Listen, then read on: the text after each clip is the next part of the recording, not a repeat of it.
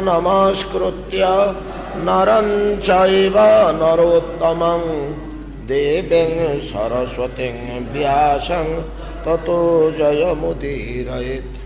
मूकं करोति वाचालं पंगुं लंघयते गिरिं यत्कृपातमहं वन्दे परमानन्दमाधवं। यत्कृपातमहं वन्दे परमानन्दमाधवं। विख्यालकावृतमुखं तव कुण्डलश्री गण्डस्थलाधरसुधं हसितावलोकम्।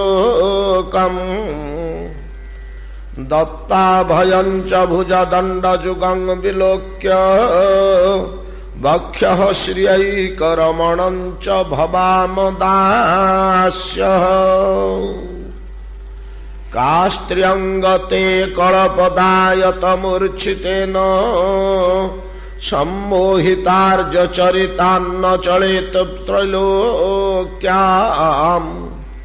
त्रैलोक्य सौभगमिदं च निरीक्ष्य रूपम् जतगोद्विज द्रुममृगा पुलकान्यबिभ्र। व्यकतं भवान् व्रजभयार्तिहरोऽभिजातो देवो जथादिपुरुषासुरलोकगोप्ता।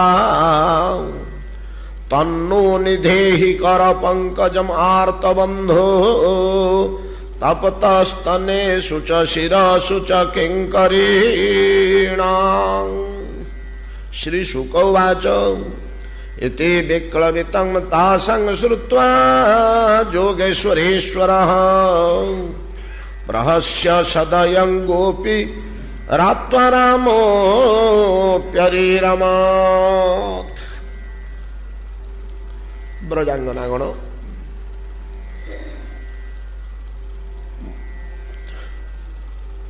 मोहन वेणु द्वारा मोहित हो आकुल व्याकुल प्राण रे और अर्ध निशीथिनी वृंदावन रमणीय वनभूमि मध्य को प्रवेश कले। मंदार मूले बदनार बिंदम बिंबाधरे पूरित वेणुनादम। जो कदम्ब मूलरे भगवान श्री कृष्ण बंशीवादन पूर्वक आह्वान करुले क्या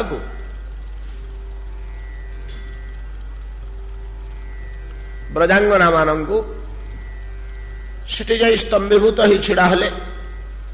से दिव्यो मनोहर रूप निनादित वेणु एवं अपूर्व संभार श्री सुसज्जिता प्रकृति भगवत सेवा निमंते समस्ते जेपरी व्यग्र सबुत तांकरी सेवार उपकरण प्रत्येकटी पदार्थ विश्वर प्रभुंकर महामहोत्सव रे निजक नियोजित करी निजर सृष्टिर साफल्य आशा करी समस्त पराकाष्ठा जा जा पाखरे जहा अछि व्यक्त करी पकेले। भगवानकर किंचित अवज्ञा सूचक बाणी भाववती गोपी मानंगु व्यथित करी पकेला। से माने आउ जगतर जेकोसी दुख को तुच्छ ज्ञान करिथांते। विश्वर जेते बड़ बड़ दुख आसिले मध्य सड़ाक से किछि ही न था। से दुख को से माने सादरे ग्रहण करिथांते। किंचित मन को विचलित मध्य करि पार न था अन्यान्य दुख, किंतु कृष्ण अवज्ञा रूपक दुख କୃଷ୍ଣ ଆମକୁ ଅତ୍ୟନ୍ତ ସ୍ନେହ ଶ୍ରଦ୍ଧାରେ ଅତ୍ୟନ୍ତ ଆଦରରେ ପ୍ରୀତିସୂଚକ ବାଣୀ କହି ମୃଦୁ ମୃଦୁ ହାସ ବକ୍ର ନୟନପାତ ପୂର୍ବକ ଅତି ଆପଣାର କରି ନେଉନାହାନ୍ତି। ସେମିତି କଠୋର ଭାବରେ ଛିଡ଼ା ହୋଇଛନ୍ତି। ତାହାଙ୍କର ମଧୁର ଲାବଣ୍ୟମୟ ରୂପରେ ରସର ତରଙ୍ଗ ଖେଳି ଯାଉନି। ଆମମାନଙ୍କୁ ଦେଖି ଗୋପାଙ୍ଗନାମାନଙ୍କୁ ଦେଖି କୃଷ୍ଣ ଏକ ପ୍ରକାର ସ୍ତମ୍ଭୀଭୂତ ନିରସ ସରସତା ନାହିଁ, ଏଟା ସହ୍ୟ ହେଲାନି। ବ୍ରଜାଙ୍ଗନାମାନଙ୍କର ସହ୍ୟ ହେଲାନି।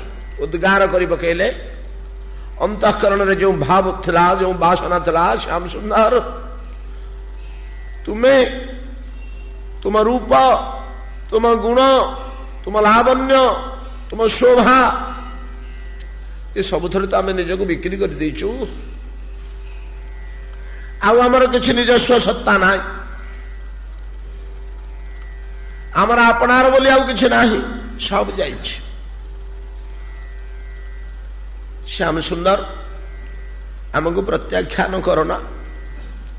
ଗଦଗଦ କଣ୍ଠରେ ରୋମାଞ୍ଚ ଶରୀରରେ ପ୍ରିୟତମଙ୍କ ନିକଟରେ ଖୋଲାଖୋଲି ଭାବରେ ନିଜର ହୃଦୟର ଭାବ ବ୍ୟକ୍ତ କରିଦେଲେ ଏବଂ ଦାବି କଲେ ଆମକୁ ଆଉ କେବେ ଏମିତି ହଇରାଣ କରିବନି କହ, ଆମେ ଏଟା ସହ୍ୟ କରିପାରିବୁନି। ଭଗବାନ ଟିକେ ହସିଦେଲେ। ସହସରେ ଅନେକ ମହତ୍ଵ ଦୟା ବି କଲେ। ସେ ଦୟା ଅବର୍ଣ୍ଣନୀୟ ଅନେକ ଭାବ এই ପ୍ରହସ୍ୟ ସଦୟ ଶବ୍ଦ ଯୋଡ଼ିକ ଗର୍ଭରେ ଧାରଣ କରିଛନ୍ତି। ଆମେ ଆଲୋଚନା କରିଛେ ଗୋଟିଏ ଗୋଟିଏ ଦିନ ଧରି। ଏଠି ସୁଖଦେବ ଗୋସ୍ୱାମୀ କହୁଛନ୍ତି, ମହାରାଜ ପରୀକ୍ଷିତ ଗୋପାଙ୍ଗନାମାନଙ୍କୁ ଶ୍ରୀକୃଷ୍ଣ ଅରିରମତ ରମଣ କରାଇଲେ ଦୟା ସହକାରେ, ପ୍ରୀତି ସହକାରେ, ହସ ହସ ମୁହଁରେ। ସେ ତ ଯୋଗେଶ୍ୱରେଶ୍ୱର, ତାଙ୍କ ପାଇଁ ଅସମ୍ଭବ କଣ? କିନ୍ତୁ ଏଠି ଗୋଟିଏ ପ୍ରଶ୍ନ ଉଠୁଛି, ଭଗବାନ ଯେ ସ୍ୱୟଂ ଧର୍ମମୟ, ଯାହାଙ୍କ ମୁଖ ନିର୍ଗତ ବାଣୀ ଧର୍ମ, ବେଦ, ଜ୍ଞାନ,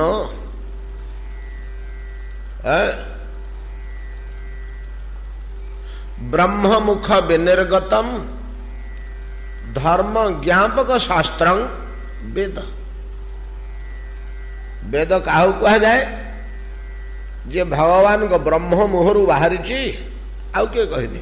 ପରମ ବ୍ରହ୍ମ ମୁହଁରୁ ଯେଉଁ ଶବ୍ଦ ବାହାରିଛି ଏବଂ କଣ ବତଉଛି ଶ୍ରୋତାମାନଙ୍କୁ, ଧର୍ମ କଣ ବୁଝେଇ ଦଉଛି। ଧର୍ମ ଜ୍ଞାପକ। ଧର୍ମ କାହାକୁ କହନ୍ତି? କୀଦୃଶାଚରଣକୁ ଧର୍ମାଚରଣ କୁହାଯାଏ। ଧର୍ମ ବୋଇଲେ କଣ ଏଇଟା ଯିଏ ବୁଝେଇ ଦଉଛି ଏବଂ କୌଣସି ମହାତ୍ମା ମହାପୁରୁଷଙ୍କ ମୁହଁରୁ ବାହାରୁନି, କୌଣସି ମୁନି ଋଷି ଶ୍ରେଷ୍ଠ ସିଦ୍ଧ ପୁରୁଷଙ୍କ ମୁହଁରୁ ବାହାରୁନି, ସାକ୍ଷାତ ବ୍ରହ୍ମମୁଖ ବିନିର୍ଗତ ଧର୍ମ ଜ୍ଞାପକ ଶାସ୍ତ୍ର, ଏହାକୁ ବେଦ କୁହାଯାଏ।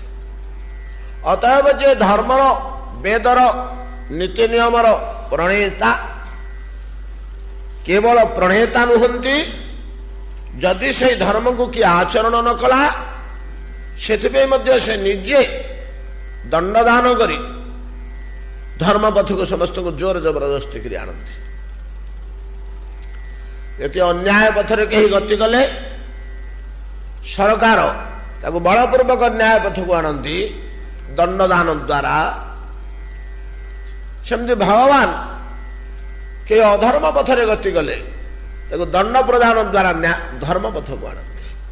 ଏତାଦୃଶ ଧର୍ମର ରକ୍ଷାକର୍ତ୍ତା,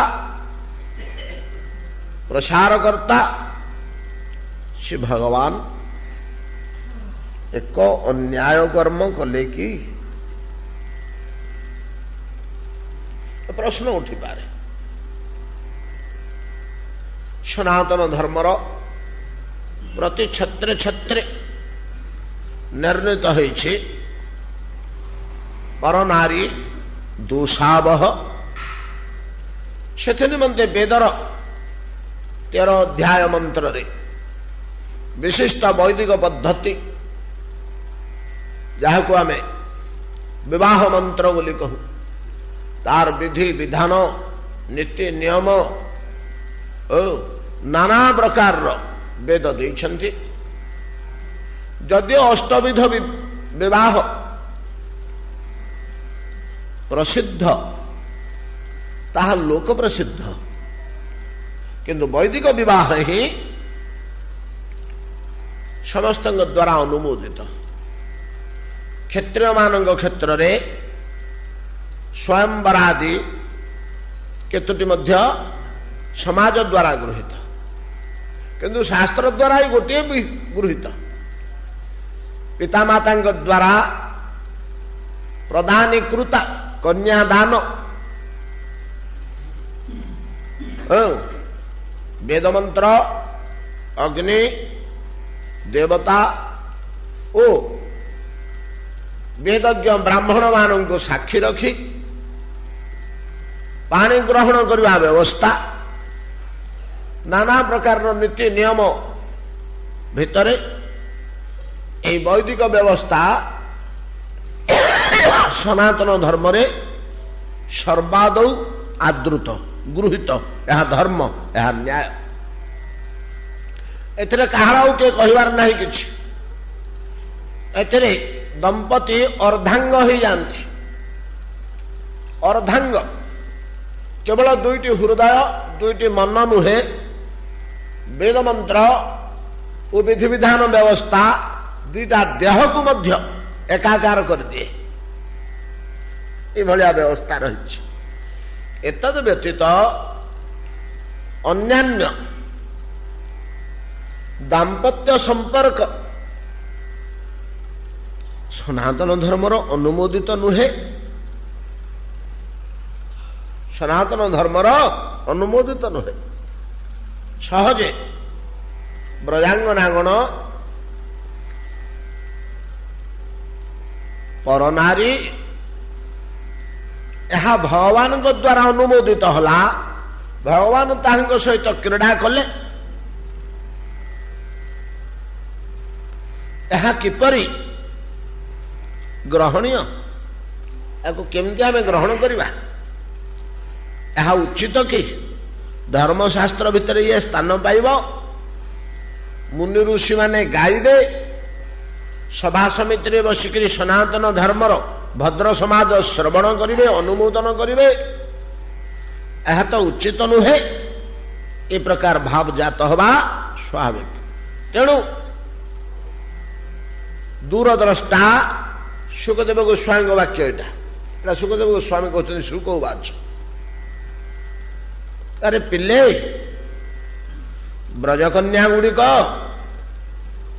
भगवान ठारू भिन्न हुई परनारी नुहंती। आ भगवान कौन कले परनारी रमण कलेनी आउ से आत्माराम आत्मरमण कले। एथरे दोषर कौन से प्रश्न नहीं। किपरि लौकिक बुद्धि रे आम माने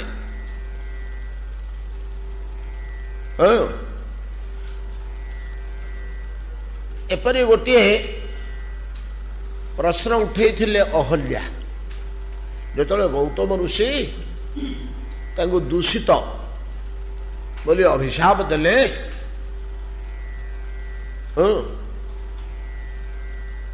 तू पाषाणी हो जा बोली अहल्या जुक्ति कले भगवान किपरि मु दूषिता। अवश्य से जुक्ति ज्ञानात्मिका जुक्ति सहजरे आम ग्रहण करें कर्ममय जगत रे आम तो कर्ममय जगत रे भासुचे। अहल्या कहते ऋषि गौतम को आपण होचंती ब्रह्म विद्यार आचार्य नहीं कि जने देवता मानक भितर जने जम ऋषि मानक भितर जने गौतम। ये दुई जन ब्रह्म विद्यार आचार्य पढ़ेला वाला स्पेशलिस्ट। ये भल पढ़े पारती ये एमती कौशल रे सुंदर भाव में पढ़े देवे जे जनक भितर ब्रह्म ज्ञान संचार करदेवे। ब्रह्म ज्ञान संचार करने तो सहज कथा नुहे।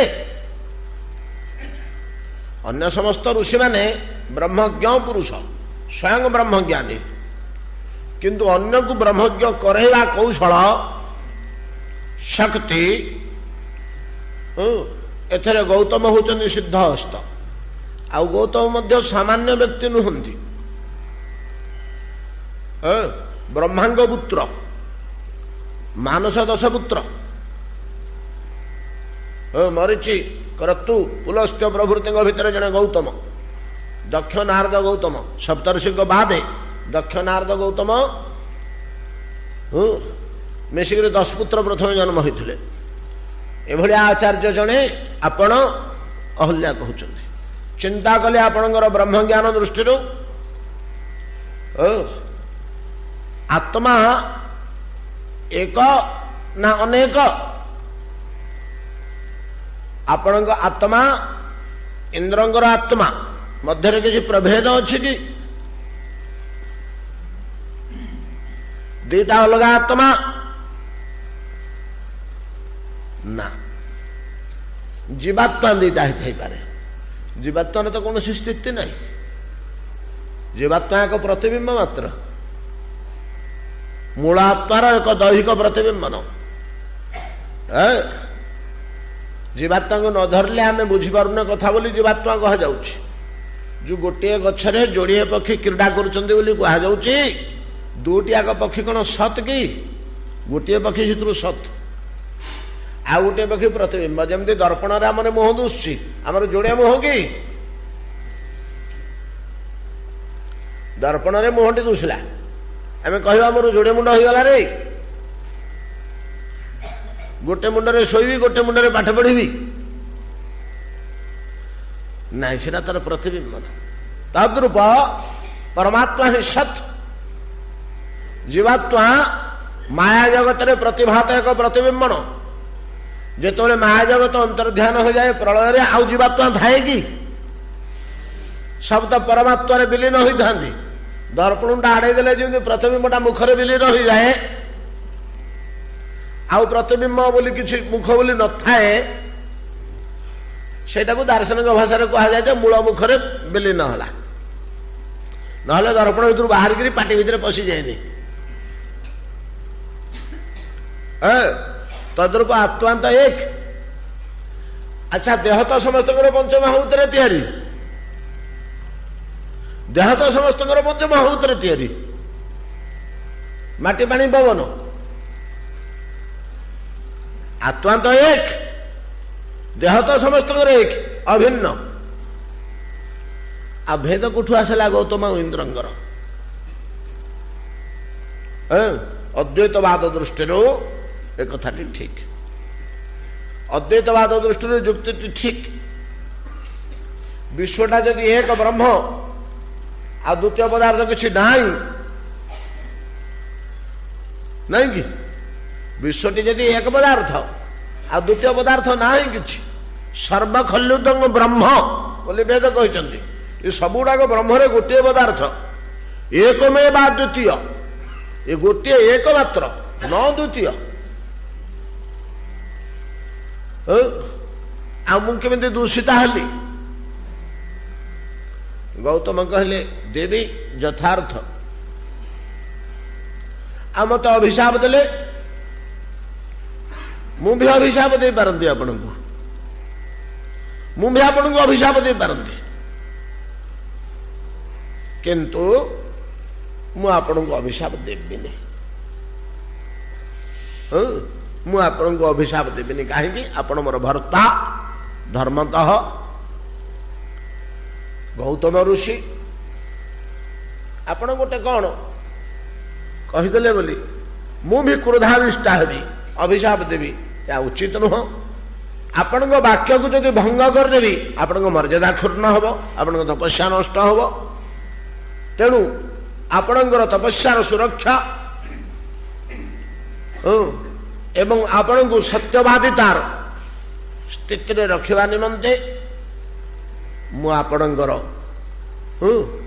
अभिशाप को मथापति ग्रहण करी पाषाणी होषाण बुझिले गौतम से आशीर्वाद करदे रे भ्रमवशतः मु कौन गोटे करदेली रे अहल्या ठीक कहूची अहल्या जदिओ मोर वाक्य तुम्हें पाषाणी होइछ से गौतम मु आशीर्वाद करुछि विश्वर सर्वश्रेष्ठ सौभाग्य तुम्हें पाओ ये पाषाण शरीर विश्वर सर्वश्रेष्ठ सौभाग्य भगवान पाद को मस्तक धारण करवा नहीं कि भगवान श्रीराम अहल्या मस्तक आसी पाद थोइले ये भाग्य क्या मिलूची ये सौभाग्य किए पाई केते मुनि केते ऋषि केते तपस्वी केते पार्षद केते भक्त बा पाई यहाँ कि सहज कथा भगवान कृपा करी नदेले निजे निजे पाद टेकी मस्तक थोइले निज आड़ू ऋषि वाक्य बल ए जातीय गोटे कथा चिंता करा जाऊ ए जो ब्रजबालिका गुड़िक आसुचंती एगुड़िक कौन आम घर झी आम गाँ झील भाया झील गुड़िक कि समस्ते देह व्याकुलतार अभिसार करचंती या ना कोटि कोटि जन्म घोर तपस्या करी करी समस्त सिद्धिर सीमा पार हो कौन से सिद्धि को ग्रहण न करी तृणतुल्य तुच्छ ज्ञान करी ना कि घोर साधना कर चलती किछि टिके फल ग्रहण करचंती आम जदि गोटे दिन खटी थिबा मो मजूरी कहीं बोलिक दाबी करवा किछि काम न करथिले मध्य हाँ मु आसली 5 जन करथिले तांगे साथरे करथुल ना मो प्राप्यटा मु पाइबनी कोठी आम प्राप्यटा आम छाड़ दउछे आम दाबी बा आम प्राप्यटा आम कोठी छाड़ दउछे एमती गोटे किछि स्थान ना सरकारी ऑफिस रे गोटे पैसा छाड़ दउछे ना अन्य कौटी पैतृक संपत्ति भाई भागे गोटे इंच छाड़ दउछे गरीब गुरुआ साई पड़िशा को चाखंडे कांथ तड़ू छाड़ दउछे आमर न्याज्य दाबी आमर पारिश्रमिक खास मु खटी निया जादबा आम त्यागर मूल्यटा आम क्या बुझा त्यागर मूल्य क्या बुझा आम किंतु यही ब्रजकुमारी गुड़िक एगुड़िक कोटि कोटि जन्म धरी घोर तपस्या जोग जप ज्ञान तीर्थ दान आउटा बाक्य अच्छी कि सबुड़ाकर शेष सीमा को जाती गोटे पाखे से गोपी हो पारे आम जाऊे नरक गर्त को से जाऊँ भगवान को कोल को भगवान संतान को कोलेला भाया काखेक गेल कर काल आमको नरकर कुंभिपाक गर्त भर को फोपाड़ी दौची एतिक तो प्रभेद आमर कहीं आम पारिश्रमिक जी आमर प्राप्य ता बाद जी अधिका କଳା କୌଶଳ କରି ଧରି ପଳେଇ ଆସିଲୁ। 5 ଟଙ୍କା ଆମର ପାଇବାର କଥା ସେତିକି ଘଟିଛୁ, 10 ଟଙ୍କା ଧରି ପଳେଇ ଆସିଲୁ। ନିଶ ମୋଡ଼ିକିରି ସେଦିନ ଅଛୁ ଠକିଦେଲି ବୋଲି। ମୁଁ ଚାଲାକ ଚତୁର, ମୁଁ ବୁଦ୍ଧିରେ ବଳିଗଲି। 5 ଟଙ୍କାର କାମ କରିକିରି 10 ଟଙ୍କା ଧରି ପଳେଇ ଆସିଲି। ଇଏ ହେଲା ଆମର ଚତୁରତା। ସେମାନଙ୍କ ଚତୁରତାଟା ଠିକ ଓଲଟା। ତ କାଳ ବା ପ୍ରକୃତି କେତେ କଳ କୌଶଳ କଲା ମୋ ପକେଟରେ ପୁରେଇ ଦେବୁ ବୋଲି। ଏ ତପସ୍ୟାର ସିଦ୍ଧି, ଏ ଯୋଗର ସିଦ୍ଧି, ଏ ଜ୍ଞାନର ସିଦ୍ଧି, ଏ ମୋକ୍ଷ, ଏ ମୁକ୍ତି, ନିର୍ବାଣ, ରସାଧିପତ୍ୟତ୍ୱ, ସ୍ୱର୍ଗ, ମୁଁ କୌଶଳ କ୍ରମେ ସବୁଗୁଡାକ ଏଡେଇ ପଳେଇ ଆସିଲି ବୋଲି ସିଏ, ମୁଁ ଛାଡ଼ି ଦେଇ ପଳେଇ ଆସିଲି ବୋଲି ସେ ନିଜକୁ ଚତୁର ମନେ କରୁଛି। ଆମେ ପରର ନେଇ ନେଇ ପଳେଇ ଆସିଲୁ ବୋଲି ନିଜକୁ ଚତୁର ମନେ କରୁଛେ। ଏ ତ ଆମର ପ୍ରଭେଦ ଆଉ କଣ ତାଙ୍କ ଆମ ଭିତରେ। ଆଉ ସକଳ ପ୍ରକାର ସାଧନ କରି କରି କରି କରି କୌଣସି ସିଦ୍ଧି ବା କୌଣସି ସୁଖ ବା କୌଣସି ଫଳ ଗ୍ରହଣ କରିନାହାନ୍ତି। କିରେ ଋଷି ଗୁଡାକ, ବୁଢା ଗୁଡାକ, ତମେ କିଛି ନିର୍ବୁଦ୍ଧିଆ ହେଇଗଲ ନା କଣ? ଏତେ ପରିଶ୍ରମ କରୁଛ, ଅନେକ ସୁଖ ଫଳ ସୁଖ ଭୋଗ ଆସୁଛି, ନଉନ ଭୋଗ କରିବ, ଆନନ୍ଦରେ ରହିବ ନା? ନା। କାହିଁକି ନା ଏତକରେ ଆମ ପ୍ରିୟତମ ଠାକୁର ସୁଖରେ ରହନ୍ତୁ। ମୁଁ ଯୋଉ କଷ୍ଟଟା କଲି, ମୋର ଏ ଫଳ ଭୋଗ ବିଳାସ ସୁଖ ସମ୍ପଦ ଏଠି ପ୍ରଭୁଙ୍କୁ ଭୋଗ ହଉ। ତୁ ଖଟିବୁ, ସିଏ ଫଳ ପାଇବେ ନା? ହଁ। କାହିଁକି ନା ମୁଁ ତାଙ୍କ ପାଇଁ ଖଟୁଥିଲି ନା। ତୁ କାହିଁ ତାଙ୍କ ପାଇଁ ଖଟୁଥିଲୁ ରେ? ନା ମୁଁ ପରା ତାଙ୍କର ଅଂଶ ଟିକେ। ଅଂଶର କାର୍ଯ୍ୟ ହେଲା ପୂର୍ଣ୍ଣର ସେବା କରିବା, ସର୍ବୋତ ଭାବରେ ତାଙ୍କୁ ସୁଖୀ କରିବା। ତାଙ୍କ ପାଇଁ ଖଟିବି ନା ଆଉ କାହା ପାଇଁ ଖଟିବି? ସେଥିରୁ ଏତିକି ଟିକେ ଗନ୍ଧ, ଏଇ ଭାବର ଏତିକି ଟିକେ ଛିଟା, ସାମାନ୍ୟ ଟିକେ ମା ପେଟରେ ପକେଇ ଦେଇଛନ୍ତି ଭଗବାନ। ଯୋଉ ପିଲାଟିକି ମା ଜନ୍ମ କରିଦଉଛି, ତା ପାଇଁ ବୋଲି କେତେ ଖଟୁଛି, କେତେ ଖଟୁଛି, କି ପରିଶ୍ରମ, କି ଯତ୍ନ, କି ତ୍ୟାଗ, କେତେ ଅନିଦ୍ରା, କେତେ ଭୋକ, କେତେ କଷ୍ଟ। ଆଜିକାଲି ସେଟା ସବୁ ଡାକ୍ତରୀ ଚିକିତ୍ସା ହେଇଗଲା। ବୈଦ୍ୟ ଆସି କହିଦେବେ, ତୁ କାଲିଠୁ ଅମୃତଭଣ୍ଡା ଗୋଟେ ସିଝେଇକିରି ଖାଇବୁ, ମାସେ ପର୍ଯ୍ୟନ୍ତ ଆଉ କିଛି ଖାଇବୁନି। ରହିଲା ସେ ନିୟମରେ। ଘରେ ଭୂରି ଭୋଜନ ସମସ୍ତେ ଖାଉଛନ୍ତି, ରାନ୍ଧିକିରି ବାଢିକିରି ଦଉଛି, ନିଜେ ଖାଉଛି ଅମୃତଭଣ୍ଡା ସିଝାଟିଏ। କାହିଁକି? ତା ପିଲା ପାଇଁ। ନାଇଁକି? ଏଇ ଗୋଟିଏ ଜାଗାରେ ଟିକିଏ ଦୁଷେ ଏ ଅଜ୍ଞ ଗୁଡାକ କିଛି ବୁଝିବେନି ବୋଲି କୋଉ ଆଶାରେ ଏତିକି ତ୍ୟାଗ ଜନନୀର ସନ୍ତାନ ପ୍ରତି, ଜନନୀର ସ୍ୱସନ୍ତାନ ପ୍ରତି ଏତିକି ତ୍ୟାଗ, ଏତିକି ଶ୍ରମ, ସନ୍ତାନଟି ମୋର ଭଲ ଥାଉ, ସେ ସୁଖରେ ରହୁ, ମତେ ଯେତେ କଷ୍ଟ ହଉଛି ହଉ। ଦିଅଁ ଦେବତାଙ୍କ ପାଖକୁ ଗଲେ, ପ୍ରଭୁ ହେ ମୋ ପିଲାର ଯେତେକ ଦୋଷ ଅଛି, ଦୁର୍ଗ୍ରହ ଅଛି, ସବୁ ମତେ ଦିଅ ହେ ପ୍ରଭୁ, ମୁଁ ଭୋଗିଦେବି, ମୋ ପିଲାଟି ଭଲରେ ଥାଉ। ଏ ଯୋଉ ଭାବନା, ଏଟା ଭଗବତ ପ୍ରଦତ୍ତ ନା? ଏଇଟା ଆମର ନିଜର ଗୁଣ ନାହିଁ ମୋ। ଏଟା ମଣିଷର ନିଜ ଗୁଣ ନୁହଁ। ପଶୁ ପକ୍ଷୀ କୀଟ ପତଙ୍ଗ ସମସ୍ତଙ୍କୁ ଦେଇଛନ୍ତି ଭଗବାନ। ଗୋଟେ ମା ଜନନୀ ମାତ୍ରେ ଏଟାକୁ ପକେଇ ଦେଇଛନ୍ତି ବିନ୍ଦୁଏ। ଏଇ ଅମୃତରେ ଆଙ୍ଗୁଠି ବୁଡେଇ ଗୋଟେ ଛିଟା ବ୍ରହ୍ମାଣ୍ଡ ଆଡକୁ ଛାଡି ଦେଇଛନ୍ତି। ଯେତେ ଜନନୀ ସମସ୍ତଙ୍କ ପାଖରେ ଏଟା କାମ କରୁ, ସେ ଟିକକ କାର୍ଯ୍ୟ କରୁଛି। ସେ ଗୋଟିଏ କ୍ଷେତ୍ରରେ ଆମେ ପାଉଛୁ। ଯେମିତି ସନ୍ତାନ ନିମନ୍ତେ ଜନନୀର ସର୍ବସ୍ୱ ତ୍ୟାଗ, କି ଆଶାରେ ସେ ପିଲାଟିକେ ମଣିଷ କରୁଛି। ସତ କଥା କହିଲେ, ସବୁ ମା ମାନଙ୍କୁ ପଚାର ତ, ଯେତେବେଳେ ଛୁଆଟିକି ଯତ୍ନ କରୁଥିଲେ ସେତେବେଳେ ତାଙ୍କର ଆଶା ଥିଲା କି ଯେ ପିଲାଟିକେ ମୁଁ ଯେବେ ଯତ୍ନ କରିଥିବି ଯେ ବୁଢୀ କାଳେ ଇଏ ବଡ ହେଇକରି ରୋଜଗାର କଲେ ମତେ ପୋଷିବ। ଏଥିପାଇଁ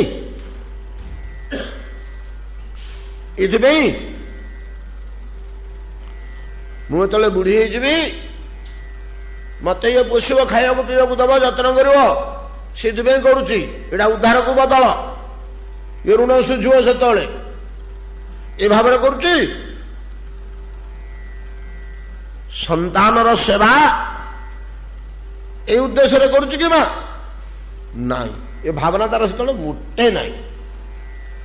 ତାକୁ ବି ପ୍ରମାଣ କରିହବ ଏ ଭାବନା ନାହିଁ ବୋଲି।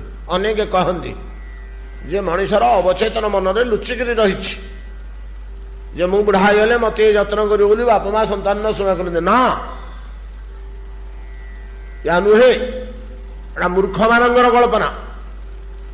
ଗୋଟିଏ ପିଲା ବେମାର ପଡିଥିଲା, ଡାକ୍ତର କହିଲେ ତାକୁ ଆଶା ଛାଡ଼ିଦେଲୁ ମା, ଆଉ ବେଶୀ ଦିନ ନାହିଁ, ଏମିତି ଯେତେ ଦିନ ପଡିଛି ପଡିଥାଉ, ମାସେ କି 15 ଦିନ ଆଉ ଇଏ ତୋର ନୁହଁ, ତାକୁ ଆଉ ବାଟକୁ ଆଣି ହବନି, ମୋ ପାଖରେ ଆଉ କିଛି ଉପାୟ ଦୁଶୁନି ବୋଲି ଡାକ୍ତର ନିରାଶ ବାଣୀ ଶୁଣେଇଦେଲେ। ହେଲେ ଆମେ ବୁଝିଗଲେ ଯେ ପିଲାଟା ଆଉ ବଞ୍ଚିବନି, ମାସେ କି 15 ଦିନ ପରେ ଏ ପିଲାଟି ଚାଲିଯିବ। ଏତକ ମା ଶୁଣିଲା, ତା ମନରେ ଯଦି ଥାନ୍ତା ମୁଁ ବୁଢୀ ହେଲା ବେଳକୁ ଇଏ ବଡ ହେଇକି ରୋଜଗାର କରି ମତେ ପୋଷିବ ବୋଲି, ତାର କିନ୍ତୁ ସେ ତାକୁ ଯତ୍ନ କରନ୍ତା, ଏଟା ତ ରହିବନି, ଆଉ ମତେ କଣ ପୋଷିବ ଯେ ମୁଁ କାହିଁକୁ ସେବା କରିବି।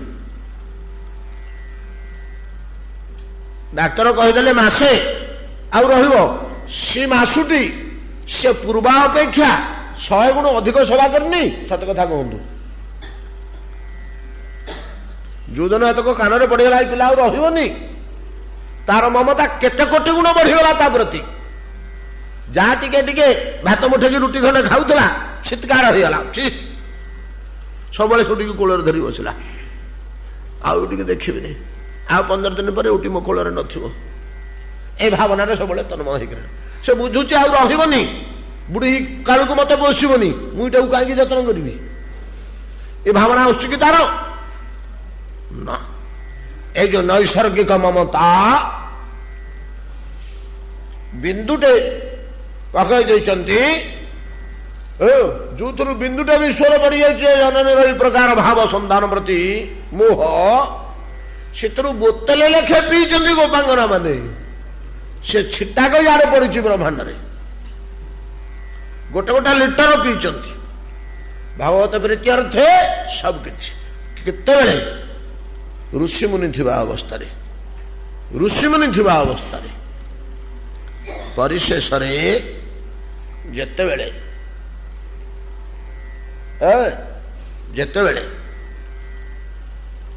ସେମାନେ ଚରମ ସୀମାକୁ ଗଲେ, ସେତେବେଳେ ଭାବିଲେ ଯେ ପୁରୁଷାଙ୍ଗରେ ସେବାଟା ଭଲ ହୁଏ ନା,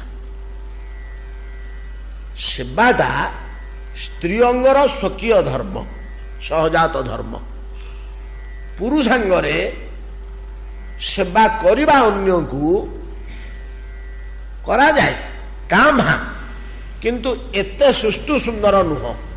ସେଟା ବଳପୂର୍ବକ ଟାଣି ଓଟାରିକିରି କରିବ କୁହେ, ନକଲେ ନଚଳେ ବୋଲି। ନକଲେ ନଚଳେ ବୋଲି। ଆମକୁ ହାତରେ ରୋଷେଇକିରି ଖାଇବାକୁ ପଡିଲେ ଯେମିତିକା ଟାଣି ଓଟାରି ହେଇକିରି ରୋଷେଇକିରି ଖାଉଛେ, ନକଲେ ନଚଳେ, ମରିଯିବି କଣ ଖାଇବି, ଘରେ କିଏ ନାହାନ୍ତି, ସବୁ ପଳେଇଛନ୍ତି। କିନ୍ତୁ ଘରେ ମା ଥିଲେ କିମ୍ବା ପତ୍ନୀ ଥିଲେ, ସିଏ ବିଭୋର ହେଇକରି ରୋଷେଇ କରୁଛି,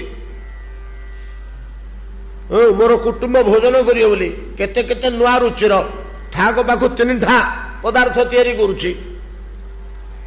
ସେ ଟାଣି ଓଟାରି ହେଇ ସେବା କରୁଛି କି? ସେ ପ୍ରେମରେ ଆନନ୍ଦରେ ସେବା କରୁଛି। କାହିଁକି ନା କେତେ ଗୁଡେ ଜିନିଷ ନାରୀ ଅଙ୍ଗର ସହଜାତ ପ୍ରବୃତ୍ତି, କେତେ ଗୁଡେ ଜିନିଷ ପୁରୁଷାଙ୍ଗର ସହଜାତ ପ୍ରବୃତ୍ତି। ପୁରୁଷାଙ୍ଗର ସହଜାତ ପ୍ରବୃତ୍ତି କଣ? ନା ତେଜ, ଓଜ, ବୀର୍ଯ୍ୟ, ପୌରୁଷ, ନିର୍ଭୀକତା, ଦାନ, ବିଚାରଶାଳିତା, ଧୈର୍ଯ୍ୟ, ଏଗୁଡାକ ହେଲା ପୁରୁଷାଙ୍ଗର ସହଜାତ ପ୍ରବୃତ୍ତି। ନାରୀ ଅଙ୍ଗରେ ସେବା, ସହିଷ୍ଣୁତା, ଭକ୍ତି, ଶାନ୍ତି, ନିରୀହତା, ଆତ୍ମସମର୍ପଣ, ପରର ଆଶ୍ରୟ ନବା। ପୁରୁଷାଙ୍ଗରେ ପରର ଆଶ୍ରୟ ନେଇ ହବନି। ମଣିଷ ହେଇକିରି ଜନ୍ମ ହେଇଛ, କାହିଁକି ଜଣଙ୍କର ଗୋଡ ତଳେ ପଡି ରହିବ କି? ନିଜ ଗୋଟରେ ଆମେ ଠିଆ ହବ ନା? ଗୋଟେ ଝିଅ କାଳ କଣ ସମସ୍ତଙ୍କୁ ଜଣ ଗୋଟାକୁ ଆଶ୍ରୟ କରି ଚଳୁଥିବା, ସେ ଦେଲେ ମୁଁ ଖାଇବି, ଆମେ ରୋଜଗାର କରିବ ନା, ଏ ଭାବଟା ଆସିବ। कोदिन कौन माँ कि भौणी चिंता करना जे मु कहीं स्वामी कि शशुर खाई मु मोर रोजगार कर आजिकल सरकार शिखौं टिके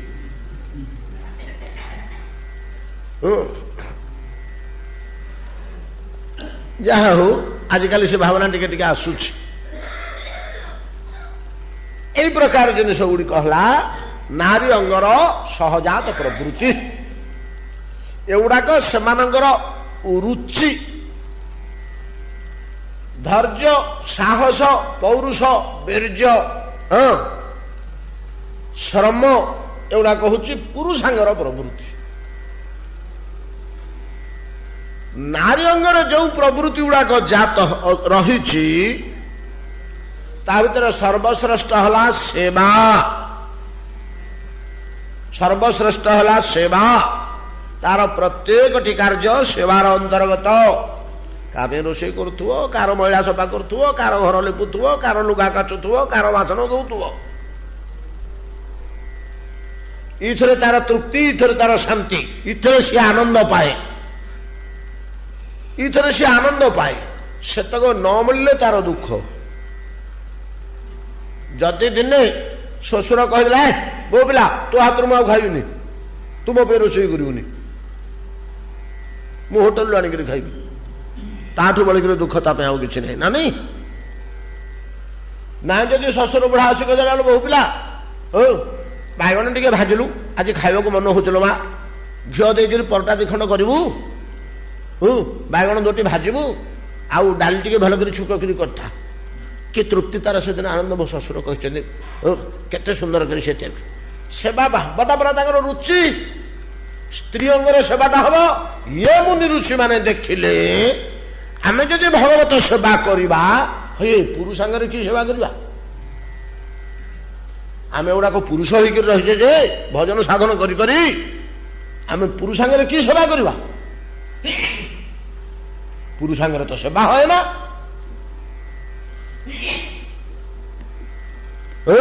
पुरुषांगर श्रम धैर्य साहस सिना हम निर्भीकता हम आउ अन्य को सुखी करार जो सेवा एटा नारी अंग नहले हेनी ताहले कौन करवा ना ए अंगटा को केपरि नारी अंगरे परिणत कर नारी अंग पुरुष अंगर कौन भेद अच्छी कि खाली भावटा तो ये रक्त मांस हाड़ से रक्त मांस हाड़ अंग गठन से अलग छाड़ू नहले मौलिक वस्तु को थे से हाड़ मांस रगत चम पुरुषांग मध्य से हाड़ मांस रगत चम प्रभेदटा दूषित गोटे भावरे गोटा भावर जिन ना साहस बोली कौटी गोटे आम देह भितर अच्छी कि यदि किडनी बोली गोटे अच्छी से गोटे कौटी लटकी साहस बोली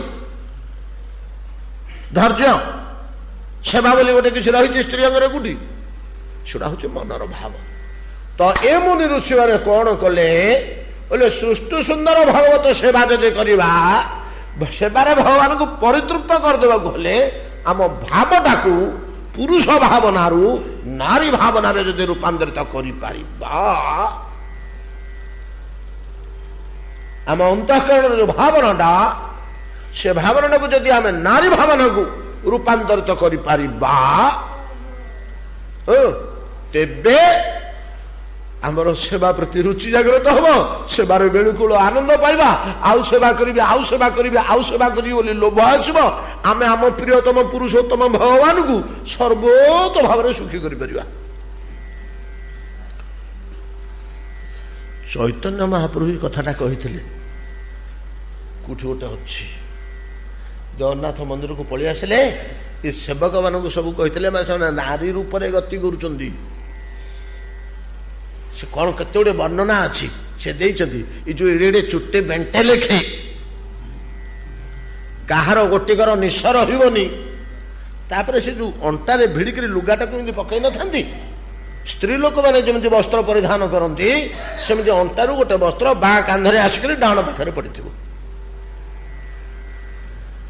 स्त्री लोक मैंने जमी पिंधि सारिक बाँ पट कांधरे लुगाटा को पकाती सेमती अंटा जो दोसड़ाटा उत्तरटा बाँ कांधरे पड़क आसिक खोसा हो ना केते गुड़े कथा कहते संगी मान चैतन्य महाप्रभु देख देख सेवा ये हूँ नित्य सेवा नित्य सेवा ये होची किए जानी पारुची नारी अंगरे भागवत पार्षद माने तांको अज्ञातर सेवा करुछंदी कहते गोटिकर कहार निश नाही समस्त मुंडरे गोछे लेखे बाल एवं वस्त्र पिंधि स्त्री लोक मैंने पिंधला भाया बामपट कांधरे दोसड़ाटा जाकि अंटारे भिड़ा है श्रीमन महाप्रभु देखते जे एमाने समस्ते गोपी बेशरे सेवा करुछंदी ई भाव न आसले हेले एटा केमिति जानिले एटा कोन रहिछि कि गुठी नियम नियम नहीं हाड़ा प्रभुंक शक्ति आपे आपे करैछि आउ केते गुडे कथा कहिथिले बहुत गुडे कथा गोटे महाप्रभु रचित ये पढ़ी मोर मन हुनी जिनिसटा जहा तो नारी प्रवृत्ति अच्छा एमान देहटा तो चिन्मय हो गला नहीं कि चिन्मय देह तो ये हूँ ये हाड़ मांस देहटा तो ये मल्ले आमर स्वर्ग द्वार गला ही प्रेत देहरे नहीं प्रेत देहरे गोटा स्त्री गोटा पुरुष चिन्ह मार कि आम जमी पुओ पिला झील पिलाटे आम दूर देखी चिन्ह दौचे एवटी झीटे एवटी पुओटे अवश्य लुगापटारू आउ आम चिन्ह पारे झील भाया पिंधुची फ्रक टे से पुओ भाया पिंधुची पेंट टे इथु चिन्हुचे आम लुगापटा सामान कर पिंधेदेले अंग गठन आम चिन्ह पारा किए जन स्त्री लोक किए जन पुरुष लोक हाव भाव चाली चलू जापर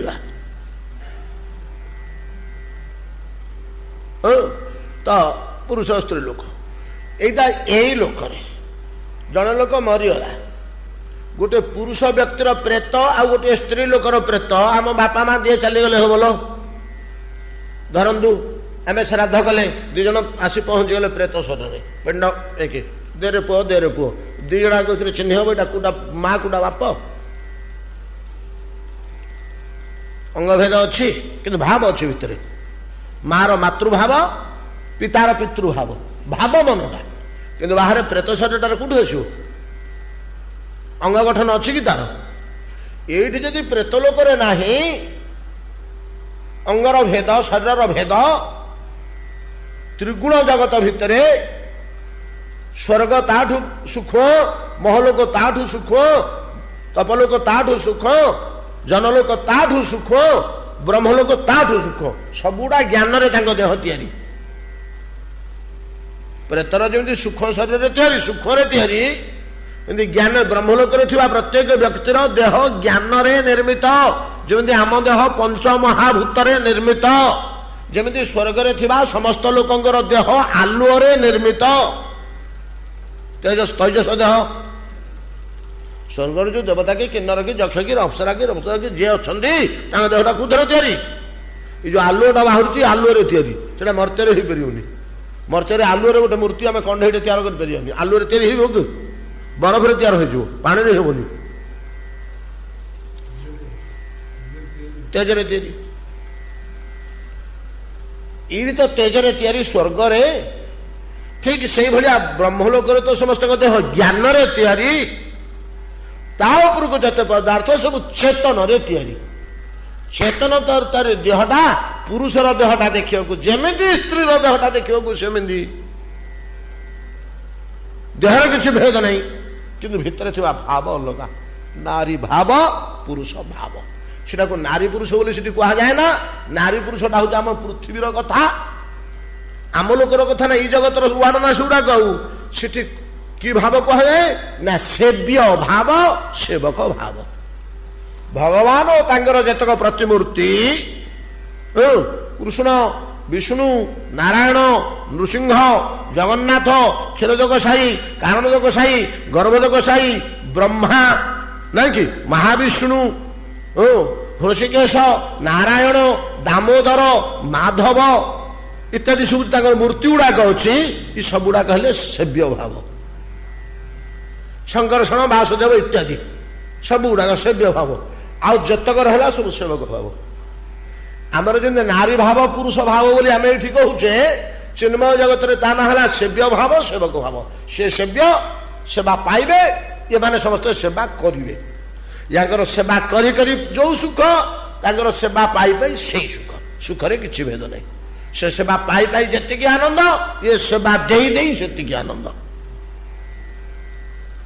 जने वास्तव दानी गोटे गरीब ब्राह्मण को किसी दान कले जने वास्तव दानी जे दानर मूल्य बुझंती जे दानर मूल्य बुझंती दान को एक महान यज्ञ ठू अधिक नहीं कि दान दया आ गोटे कौन द द द तीन द कही ब्रह्मा जगत असुर समस्त जगत तीन बोली दान दया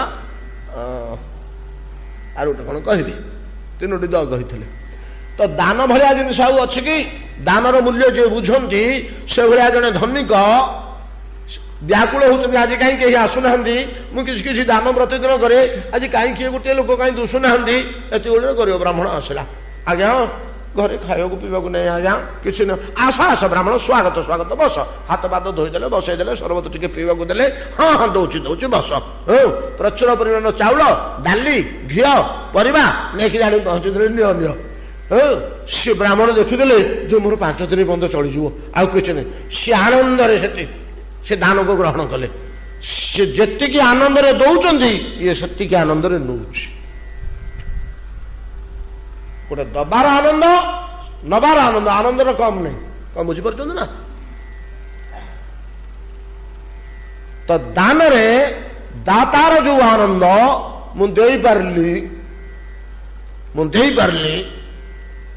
जे तृप्ति गोटे गरीब ब्राह्मण को मुझे दे पारली नबा लोकर आनंद जब मो घरे खाया ना मु 5 दिन चलजी तार जो आनंद उभय जमी आनंद आनंदर ठीक तद्रूप चिन्मय जगत वैकुंठ गोलोक प्रभृति जगत सेवा करिवारे जो आनंद सेवा पाइबारे से आनंद मन लगे जदि आम जगन्नाथ को सेवा करिया प्रीति सहकारे जगन्नाथ जी सुखी हे सेवक ताठू 10 गुण सुखी हम मो प्रभु को आज सुखी करदे आज मुझे हस हस दूची कीटा होनी कि समय समय सिंगारीटा जदि ऊपर को चढ़ीगला बेश करदे आसी छिड़ा पड़ा काठ पाखर छिड़ा चाहिदेला जगन्नाथ जी अपूर्व मूर्ति होती पछर जड़े किए कांधा हाथ बोझ किए बेश कर आज ओ ठाकुर बेश कि दुषुंट आज तार तृप्ति नहीं मु बेश कर मोर ठाकुर एमती सुंदर दुषुंट अच्छे ना नहीं चित्रकर जो चित्रटा तैयार करुच्ची से चित्रटा जो ठीक होगा तार गोटे परम तृप्ति नहीं तार बड़का तृप्ति किसी अच्छी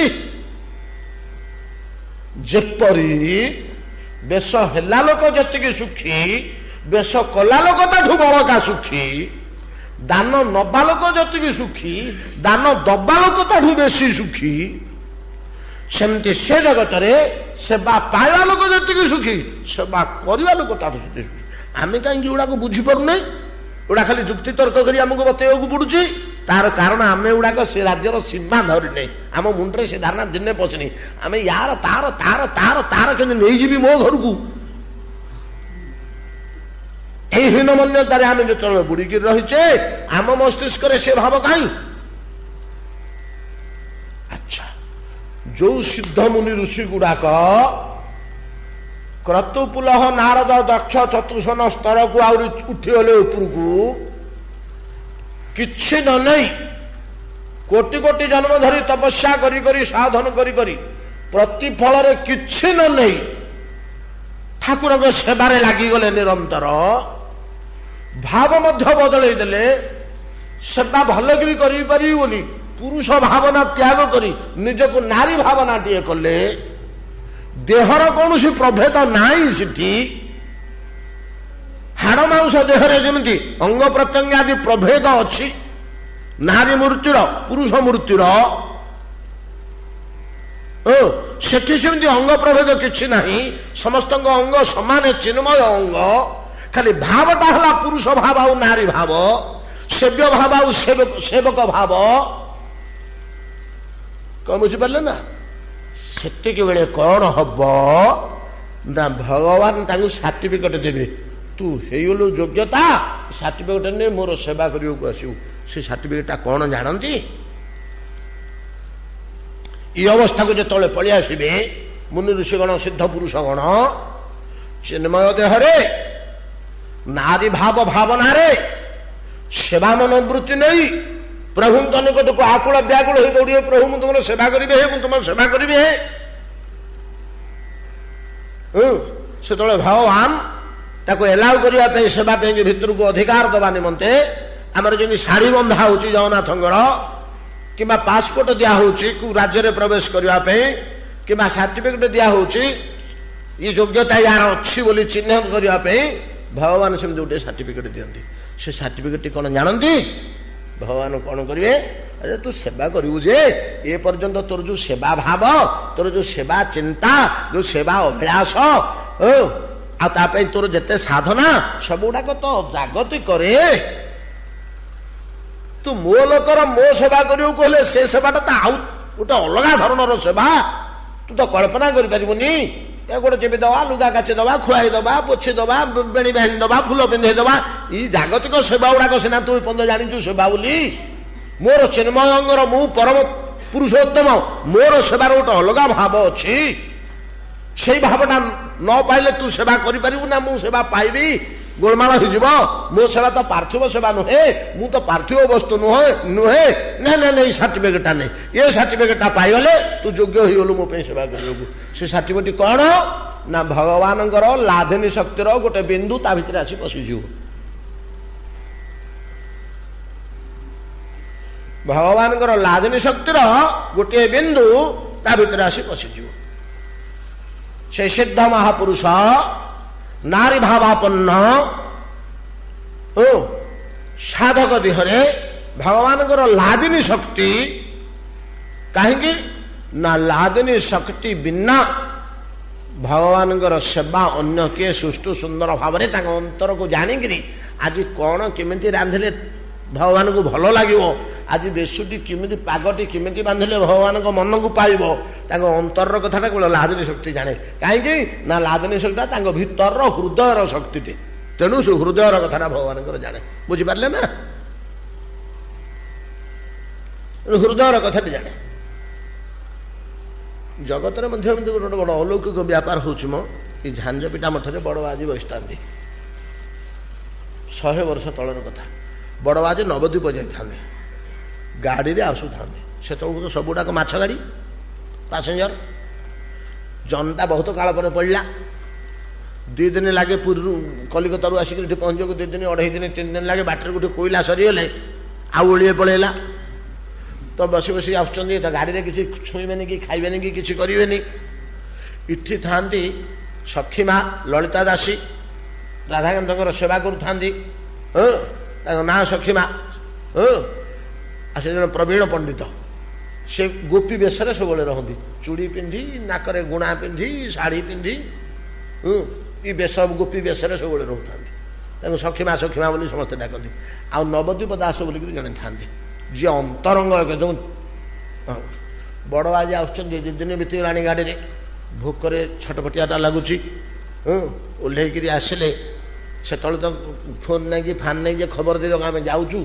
पहुँचू बोलिक कहू तो किसी ना 100 वर्ष तल कथा कम्युनिकेशन किसी नहीं आउ कौन जाऊ गाड़ी आसिक लगला से बाटे खोर्धा पार होला परे बुझे आउ 2-3 घंटा पर कि 4 घंटा पर जा पहुँची जीवु दिन 2टा कि 3टा हो पहुँचला बेलू 3 दिन है खिया है फलटे मोलटे जहाँ खिया है भात पुंजे खाइले भल हाँ सजना छुई जोड़े जदि रसा ही था बोले खाइबा को बड़ा मजा हाँ मनरे मनरे विचार देले किए से बड़ बाजी गाड़ी में आसला बेले जोड़े सजना छुई जोड़े रसा ही था भात गरम गरम भात पुंजे सजना छुई रसा टिके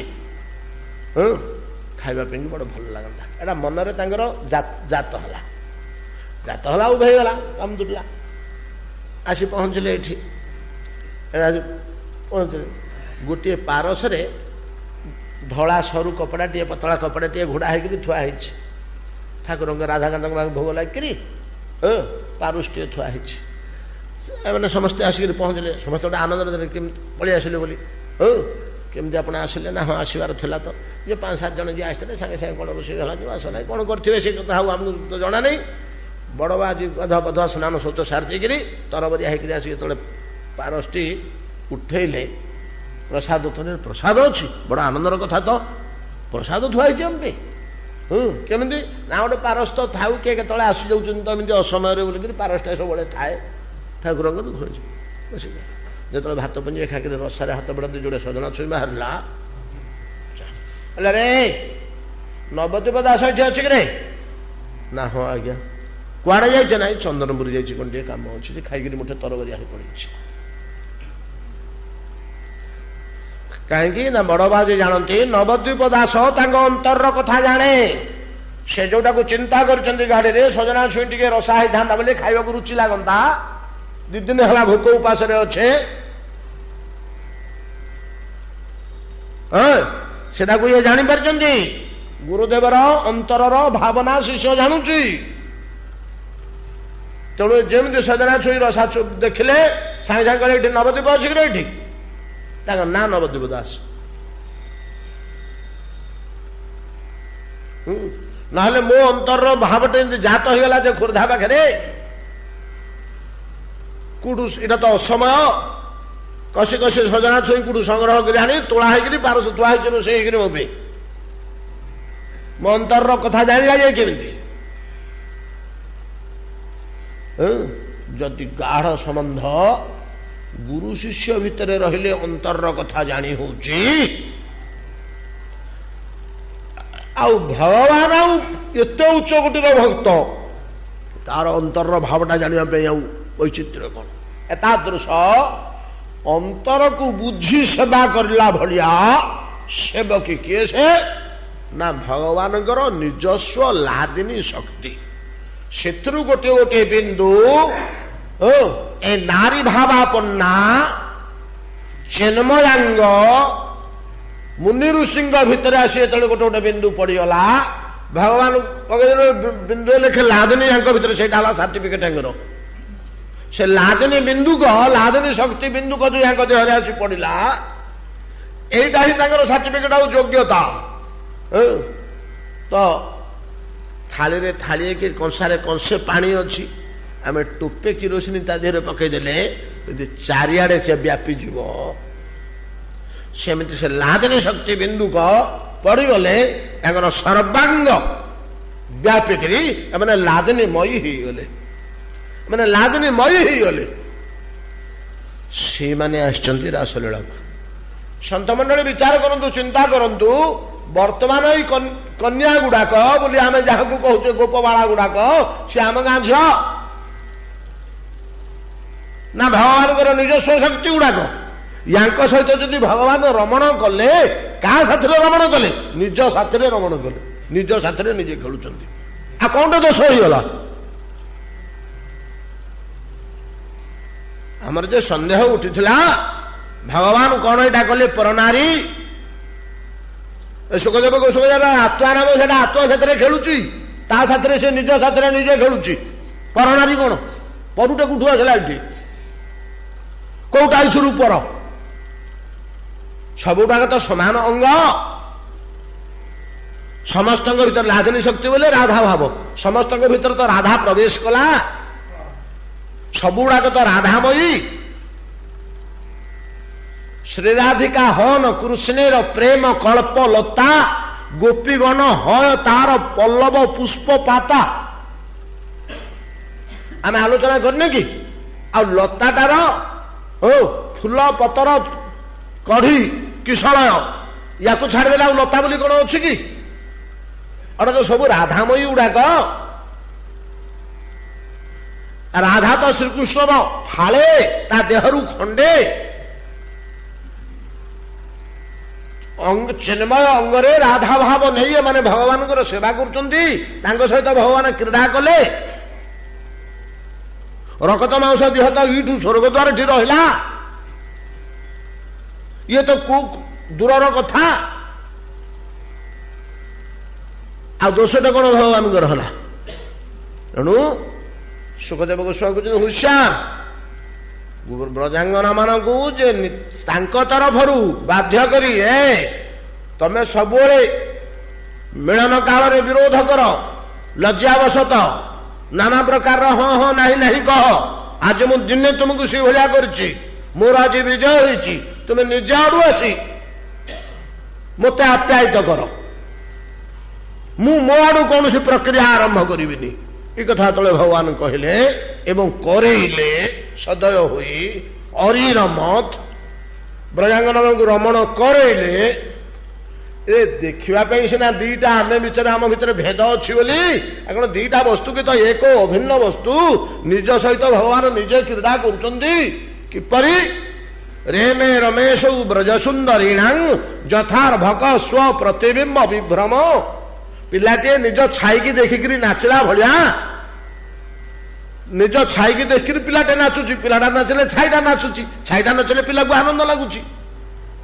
ନିଜ ସାଇ ସାଥିରେ ନିଜ ପିଲା ଖେଳିଲା ଭଳିଆ ନିଜ ଶକ୍ତି ସାଥିରେ ତ ନିଜେ କ୍ରୀଡ଼ା କରୁଛନ୍ତି। କ୍ରୀଡ଼ାମୟ ପ୍ରଭୁ, ଆଉ ଦୋଷଟା କଣ ଆସିଲା? ତମ ଗାଁ କଥା କି ଏଇଟା ଯେ ଦୋଷ ହେଇଯିବ, ନ୍ୟାୟ କରିବ, ପଞ୍ଚାୟତ କରିବ ବସିକିରି। ଏ ହଉଛି ଆତ୍ମାରାମ ଶବ୍ଦର ତାତ୍ପର୍ଯ୍ୟ। ଭଗବାନଙ୍କର ଏହା ଆତ୍ମରମଣ, ନିଜ ଶକ୍ତି ସହିତ ନିଜେ କ୍ରୀଡ଼ା କରୁଛନ୍ତି। ସଙ୍ଗୀତଜ୍ଞ ଯେମିତି ଗୀତ ଗାଏ, ତା ଘର ଭିତରେ ସେ ଆଳାପ ଅଭ୍ୟାସ କରୁଛି, ତାର ସେ ଗାଉଛି, କେହି ନାହାନ୍ତି ଶୁଣିବାକୁ ସେଠି, ତାର ସେ ହାରମୋନିୟମଟେ ଧରି ଗାଉଛି କି ବୀଣାଟିଏ ଧରି ଗାଉଛି, ତା ଶକ୍ତି ସାଥିରେ ସେ ନିଜେ କ୍ରୀଡ଼ା କରୁଛି। ଚିତ୍ରକରଟିଏ ବସିକିରି ତାର ସେ ନିର୍ଜନରେ ଚିତ୍ର ଆଙ୍କୁଛି, କିଏ ଦେଖିବା ଲୋକ ସେଠି ନାହିଁ, କାହା ପାଇଁ ଆଙ୍କୁଛି? ତା ନିଜ କଳା ସାଥିରେ ନିଜେ କ୍ରୀଡ଼ା କରୁଛି, ନାଇଁ କି? ଏମିତି ବହୁତ ଯାହା ପାଖରେ ଯୋଉ ଶକ୍ତି ଅଛି ସେ ଶକ୍ତି ସହିତ ସେ ଖେଳେ। ତ ଯାହା ପାଖରେ ଯୋଉ ଶକ୍ତି ଅଛି ସେ ନିଜ ଶକ୍ତି ସହିତ ଖେଳିବାକୁ ଭଲ ପାଏ। ଆଉ ଭଗବାନ ତାଙ୍କର ନିଜ ଶକ୍ତି ସହିତ କ୍ରୀଡ଼ା କରୁଛନ୍ତି, ସେ ହଉଛନ୍ତି ଆତ୍ମାରାମ। ଆଉ ଦୋଷରେ କଣ ହେଲା? ଏଥିରେ କୌଣସି ପ୍ରକାର ଦୋଷ ନାହିଁ, କୌଣସି ଦୋଷ ଗ୍ରହଣ କରିବାକୁ ହବନି। ଅତଏବ ସୁଖଦେବ ଗୋସ୍ୱାମୀ କହିଲେ, ମହାରାଜ ପରୀକ୍ଷିତ, ଏତେ ବିକ୍ଳବିତଙ୍ଗ ତା ସାଙ୍ଗ ଶ୍ରୁତ୍ୱା ଯୋଗେଶ୍ୱରେଶ୍ୱର ପ୍ରହସ୍ୟ ସଦୟଙ୍ଗୋପିରାତ୍ମରାମୋପ୍ୟରିରମତ୍। ଆତ୍ମାରାମ ଭାବରେ ଭଗବାନ ଏଠାରେ ନିଜକୁ ନିଜେ ରମଣ କରୁଛନ୍ତି, ସ୍ୱଶକ୍ତି ସହ ନିଜେ କ୍ରୀଡ଼ା କରୁଛନ୍ତି। এই କଥା କହିଲେ। ଏ ବାକ୍ୟରେ ଆଜି ଟିକେ ଶୀଘ୍ର ବନ୍ଦ କରିବାର ଥିଲା, କିନ୍ତୁ